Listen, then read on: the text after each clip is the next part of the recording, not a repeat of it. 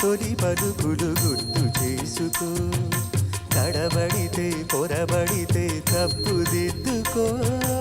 ఒకరినొకరు తెలుసుకొని ఒడిదుడుకులు తట్టుకొని, ఒకరినొకరు తెలుసుకొని ఒడిదుడుకులు తట్టుకొని, మసకేయని పున్నమిలా మనికి నింపుకో. శ్రీరస్తు శుభమస్తు, శ్రీరస్తు శుభమస్తు, శ్రీకారం